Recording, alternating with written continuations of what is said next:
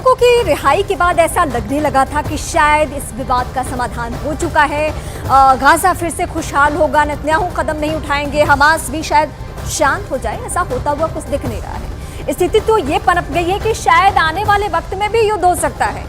इस तरीके से माहौल बन चुका है। तो गाजा से इजरायल की सेना की नई तस्वीरें जो सामने आई है वो इस वक्त हम आपको दिखाएंगे, जिसमें गाजा की सड़कों पर आईडीएफ के टैंक तैनात दिखाई दिए, वहीं इजरायली सेना के जवान भी मोर्चा संभाले हुए दिखे। इस बीच आईडीएफ का दावा है कि हमास और इजरायल के बीच बातचीत जारी है और इसीलिए जब तक दोनों के बीच बातचीत जारी रहेगी कोई किसी पर हमला नहीं करेगा, यानी युद्ध विराम भी जारी रहेगा, सीज फायर रहेगा।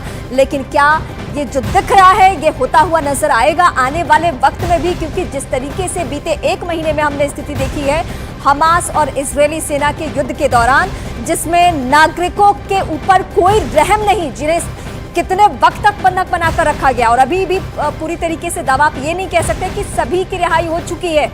तो हमास से बातचीत जारी रहने तक युद्ध विराम का दावा किया जा रहा है, लेकिन क्या ये हमास की कोई नई साजिश है? ये भी सवाल बहुत अहम है।